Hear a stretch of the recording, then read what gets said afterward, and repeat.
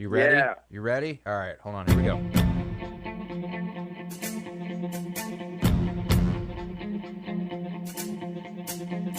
Hey, everyone. You're listening to the My Aggie Nation podcast. I'm Alex Miller with the Eagle, joined by Travis Brown of the Eagle. Travis, how you doing today? Hey, Alex. Hey, we're the Eagles. Some might say. There's no A&M football game this week, but we're still talking little Aggie football as the Aggies await their bowl destination, of course, coming off kind of a disappointing, bitter loss for the Aggies. Capped the regular season against LSU last week, one they lost there in the final minute of the game. You know, Travis, now that we've had a few days removed from the end of the regular season, what do you just kind of make of the year that A&M had? A lot of high expectations coming in, and certainly didn't play out the way A&M probably hoped it would. Yeah, I mean, I think ending with that loss at LSU did kind of make it a disappointing finish. That was a game that they needed to have pulled in, but I think that the expectations that A&M and the fans might have had before the season started were needed to be reevaluated a little bit after Haynes King went down with injury. And then once it was obvious that the offensive line needed a little bit of time to gain some continuity, it wasn't going to be that make a push for the playoff type team that maybe they thought they could have with Haynes King and a little bit more of a cohesive offensive line. But that being said, probably should have won that game at LSU. There's no doubt about that. And it probably hurt their chances for a more top tier bowl game that they wanted. There still is a chance that they could go to Florida. They haven't been to the Outback Bowl yet, and that's a part of that kind of group of 7 bowls that the SEC picks for teams. So that might be your best case scenario. But then there's also the worst case scenario in play, that it could be a 3rd Texas Bowl in 6 years for the A&M. They could also go somewhere, but they kind of left them in that wide open space of it could be anything now. So it'll be interesting to see this Sunday where they get sent. You know, as much as it's going to be interesting to see where A&M plays, it'll be interesting to see who might suit up for the Aggies.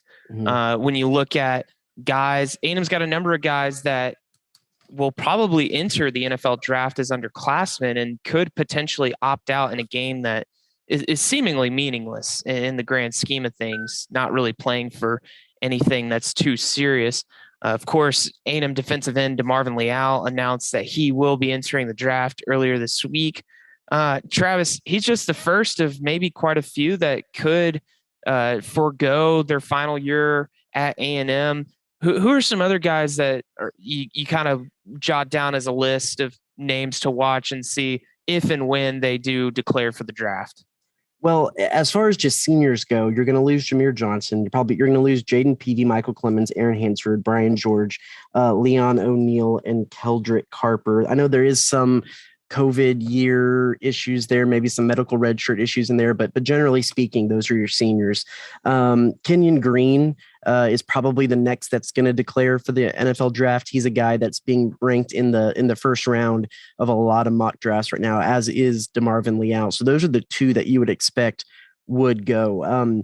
The ones that would be on the bubble probably in that scenario would be somebody like Isaiah Spiller, or maybe Damani Richardson. But Damani Richardson is we'll start with him. He's an interesting one because he's actually done a lot and done pretty well on the NIL front. I think he was actually one of the first A&M players to announce that they had some kind of NIL deal early in the process. And so it'll be interesting to see how that factors into seeing if guys will stay where they can actually make a little money, put a few more stats up on the board. I could see him as a guy that maybe would stick around.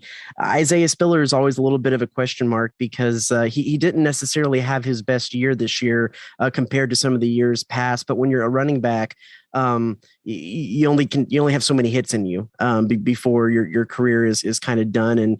And I think that there's a lot of running backs who try to go ahead and make that jump and make some money before they run out of time and run out of gas on their legs. So I could see Isaiah Spiller as a guy that would go. Now, the question is, and this is going to be the case from here on out, is if these guys play in the bowl game. We actually don't even know if DeMarvin Leal has a plan to go ahead and play in the bowl game.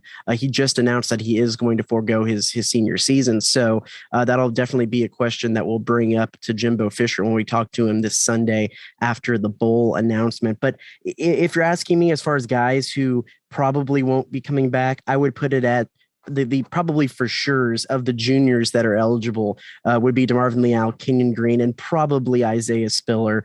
The other guys would be some bubble guys for me. Oh, I forgot to mention Tyree Johnson as one of the seniors too in that group. So yeah, that's probably what we're looking at there. What do you think?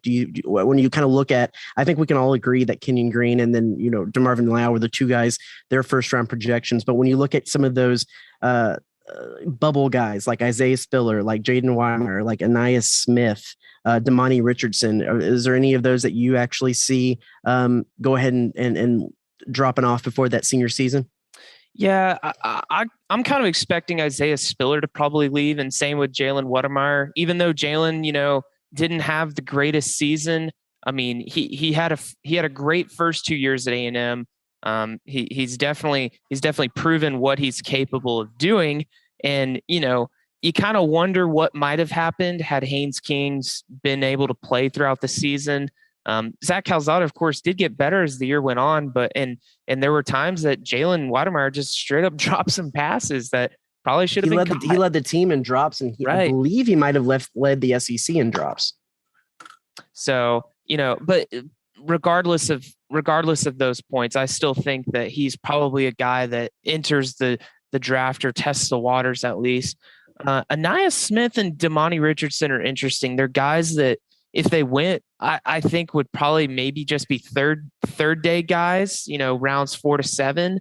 I think that those are two that you'd probably expect to return. And if they did, that'd be huge for A&M, especially Anaya Smith, how valuable he is to that offense and on special teams as well. Although, as we've seen, Moose Muhammad has been coming along the last couple games. Certainly has a bright future potentially at wide receiver for A&M. But yeah, I would say the 4, and then probably those other two, Anaya Smith and Damani Richardson. Those are probably two that I'm watching, but I would probably lean toward they'll be coming back for a 4th season. Yeah, for sure. So when I kind of dropped in the bowl games there, what is some bowl situations that you think would work best for A&M? Yeah, Citrus Bowl is out of the question now for sure with that 4th loss. It looks like Kentucky's probably going to get a chance to do that, and deservingly so. They've had a great season at 9-3. From there, like you said, it's just kind of depends on where things fall in line with what the SEC wants. I think the 3 that you're looking at is probably the Gator Bowl, the Outback Bowl, and maybe the Texas Bowl, just because of proximity. I think you can always count that one in simply just because it's A&M and it's Houston. The Outback Bowl, of course, is the one that A&M hasn't been to, and so that would lead one to believe that the Aggies probably have a chance to go there. Just kind of looking at the standings of things, if I can pull it up real quick, A&M's kind of in there on the same tier as in Arkansas.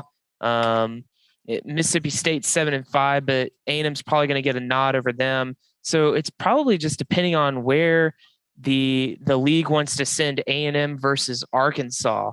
Of course, Arkansas hasn't made a bowl game in quite a while, having a few rough years. They probably would love to go to a Florida Bowl themselves. So I'm probably leaning toward probably the Gator Bowl, which could be a matchup against Clemson. Pitt and Wake Forest are playing this weekend. And from what I've read online, it seems like the loser of that game, well, the winner is going to go to a New Year's Six Bowl, of course, and then the loser's going to go to a bowl game ahead of the Gator Bowl in the ACC's pecking order, which would leave Clemson there in that 3rd spot. And then, if you go to the Outback Bowl, it's against a Big Ten team.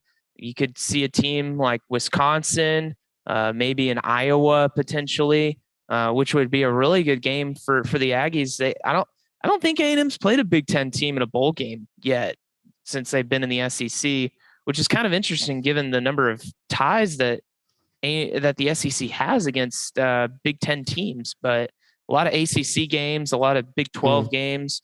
But yeah, I would say Outback and Gator as I kind of stumble over myself talking about this. Yeah. I would just pull up the latest ESPN projections, and they actually have Gator and their two pickers, Gator and Citrus, which I don't see how quite they have the Citrus still in play. But you kind of look and kind of one of the threads that you typically can kind of see with the SEC is a lot of times, like you said, they'll try to put teams in places where either they haven't been yet or they haven't been necessarily in a long time. And in that regard, kind of almost all of those group of 7 games are in play. If you want to look at Liberty or Music City or Duke's Mayo was pretty recently, but they haven't done the Liberty or the Music City recently, so also could be options in there. They did do Gator in Jimbo's first season, so that was relatively close. So we'll have to see on that regard, but should be a interesting Sunday where there's a lot of possibilities for A&M. Yeah. One more question on football, Travis. As you look forward, do you feel like A&M is still kind of on the trajectory that they want to go down under Jimbo Fisher, or is it or where do you think the Aggies are heading in that regard? I mean, they're about to enter year 5 under Jimbo. I think this next season will be a really pivotal one because I think all of the cards were set up for these last 2 seasons to be maybe one of the breakthroughs. And you can arguably say that last season, the 2020 season, was on par with that, making it to a New Year's Six Bowl and just being the first one left out of the college football playoff. I think this year was a disappointment, but you kind of have to factor in some injuries and things along that regard. I mean, what we also didn't even mention is that a wide receiving core that was pretty banged up and second string through most of the season. But you're going to replace a lot next season, like a lot, especially on the defensive side of the ball. So I don't necessarily think that the expectations or the predictions are going to be quite as high next year, but this is going to be that proof in case of how well does A&M recruit, which of course they're on pace to have one of the best recruiting classes in school history, at number 3 right now, and according to 247 Sports .com's rankings, and how well some of those players can slot in right away, and what the depth looks like on this team, and to see if there's some people who can step up, especially on the defensive side of the ball, and kind of reload, not replace on that side. So yes, with a caveat, I think that there's still probably a little bit more optimism moving forward into next season than some of those 8-5 Kevin Sumlin teams. But I think that it'll be vital to see if this is a program that can start just reloading and not rebuilding, because indications are pointing that this could end up being a rebuilding year with how much they're losing. Well, let's shift gears a little bit. It is basketball season, believe it or not. And the Aggie basketball team, men's basketball team, I should say, already played 8 games, off to a 7-1 start. Travis, what do you think's been the biggest key to success for A&M early on in the season? Certainly had a great showing out of that tournament in Las Vegas. I think that what you probably can say they're leaning the most on that's been really good is their defense, and especially their turnover defense. If you look at what Ken Palm has on there, they're actually 17th in the nation in steal percentage at 13.5 percent per game, and 32nd in non-steal turnovers. They turn the ball over a lot, and they have a lot of speed. It's going to look different than a lot of A&M teams in the past 2 years, because those have been slow it down, ball control, kind of, if you want to make a football reference, 3 yards in a cloud of dust kind of basketball, work deep into the shot clock. This is an offense that wants to get turnovers and move quickly, and score points in transition, and use the speed that they have. The other thing, and I've joked about it a lot of times, it's really kind of fascinating and probably a lot more fun to cover a basketball team that can actually stop and pull up on mid-range jumpers, and there's at least a little bit of expectation that it will go in, because especially last year's team that Buzz had, they were not shooters. They did not have the guys who had that capability, and they brought in a lot of guys that can do it, like Tyrese Radford. Andre Gordon has really stepped up. Marcus Williams can shoot the ball. Quentin Jackson has stepped up his game a little bit as far as the shooting goes, because Buzz Williams said he spent an inordinate amount of time over the summer just doing individual shooting practice with guys to kind of help bolster that shooting. But you look at what they've been able to do. They're using 11 guys, an 11-man rotation right now. And I think they are best suited to do kind of what they did against in some of those games, Maui, especially Notre Dame, rotate those guys in a lot and put a lot of full court pressure on teams, force them. They're already have shown that they're good at forcing turnovers and getting steals.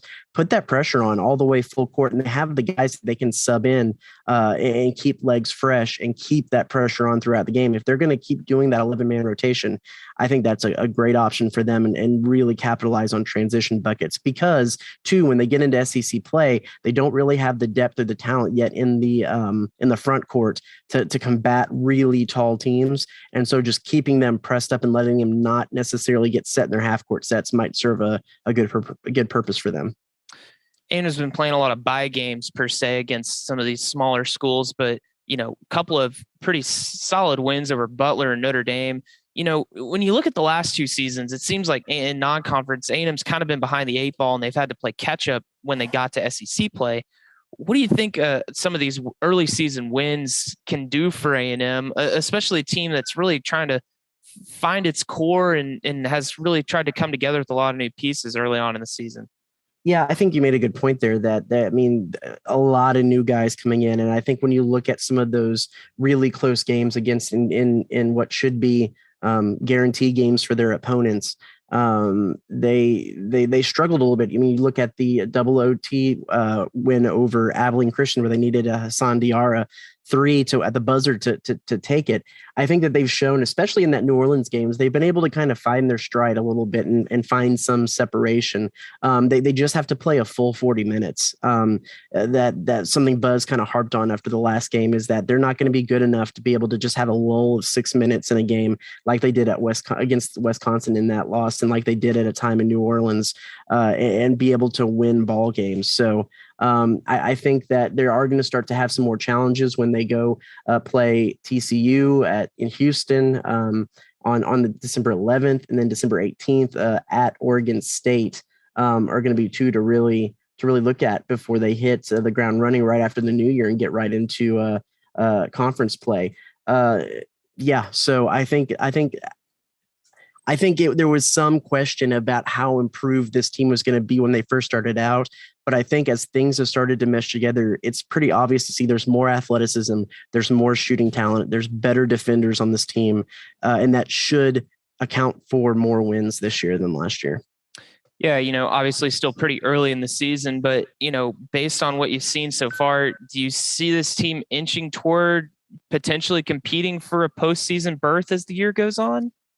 That's interesting. I'm looking at Ken Palm's projections right here, and they actually have them going 19-12 and just 8-10 in conference play. And if that's the case with the projections they've run, that's not going to be enough to push into the postseason. But I do think that they could catch some hot streaks. I think that they will win some games that people don't necessarily expect them to win. It's just if they can mitigate losing some of those that they should probably win. When you look at, they should beat teams like Georgia, South Carolina, Missouri. There's some games in there that they should win. And if they don't drop any of those and pull a few out of their hat, it could potentially be a team that's knocking at postseason play, whether that's NIT or NCAA tournament. It is to be said, but I think they do have the talent. It's just the consistency, if it's there, and not having lulls in games where they kind of go off book and get away from their really strong defensive play.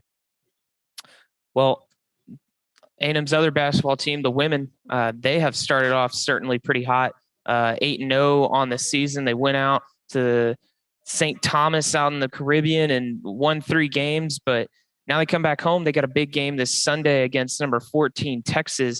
Of course, it's Gary Blair's last season and going to be a big non-conference game. Of course, Gary facing off protege Vic Schaefer, who was the second in command under A&M's 2011 championship year. Should be a good game on Sunday at Reed Arena, and A&M women certainly positioning themselves to have another successful season. Well, Travis, we'll close with this. Who's going to be your 4 that you think make the playoff? Oh, geez. That's a good call because that'll be coming up this Sunday. Let's go with Georgia, of course. Okay. I do think that Michigan will be in there. They'll win that Big Ten tournament. The one that I would like to see is then Cincinnati and Oklahoma State. I think that would be a lot of new faces in there, a lot of good matchups. I'd really enjoy that. I do think Georgia is going to win, which would push Alabama out. So then you have a question of if Notre Dame is able to sneak in there over a one-loss Oklahoma State, or if Oklahoma State and Notre Dame get in over Cincinnati. I don't know which one of those scenarios will happen, but I think the one that I would like to happen is Georgia, Michigan, Cincinnati, and Oklahoma State. I'm with you. Those are my 4. I think it's Georgia 1, Michigan 2, Oklahoma State 3, and Cincinnati 4. And group of 5. And just for the sake, finally, just for the sake of not being exactly the same, I would actually have Cincinnati at 3 and Oklahoma State at 4. Okay. All right. Well, thanks for tuning in for another My Aggie Nation podcast. And be sure to check theeagle.com for all of our coverage on Texas A&M sports. We'll see you next week. It seems like every day, everything just has a way to burst at the seams. But if we don't watch what we're doing, our hearts will get ruined by silly things. Good love ain't easy, girl, we know that's true. And if we wanna keep it, we gotta watch everything that we do, yeah. Don't wanna make sure, my baby, make sure you're sticking with me. Don't wanna make sure that we'll be all that we can be, all that we can be, all that we can